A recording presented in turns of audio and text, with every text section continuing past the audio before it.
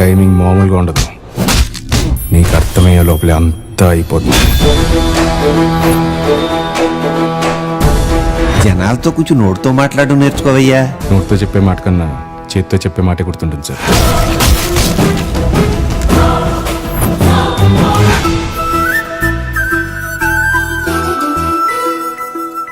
మా వాళ్ళంతా యావరేజ్గా ఉన్నారు కదా, నేనే బాగున్నాను కదా.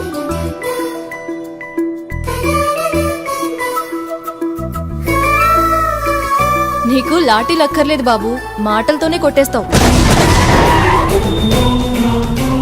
నేరము పాపం ఒకటేరా, ఒకసారి చేస్తే చచ్చేంతవరకు నీ వెనకే వస్తాయి. ఇప్పటి నుంచి నేను నీకు కనిపించను, కానీ నేను మొదలుపెట్టిన ఆట మాత్రమే కనిపిస్తుంది. మనం ఎదుర్కొనేది డిపార్ట్మెంట్లోనే రాక్షసుడు అన్న పేరున్న ధర్మాన్ని.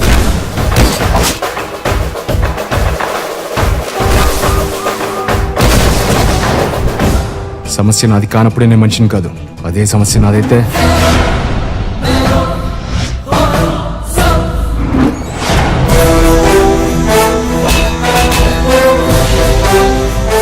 రాక్షసుడా?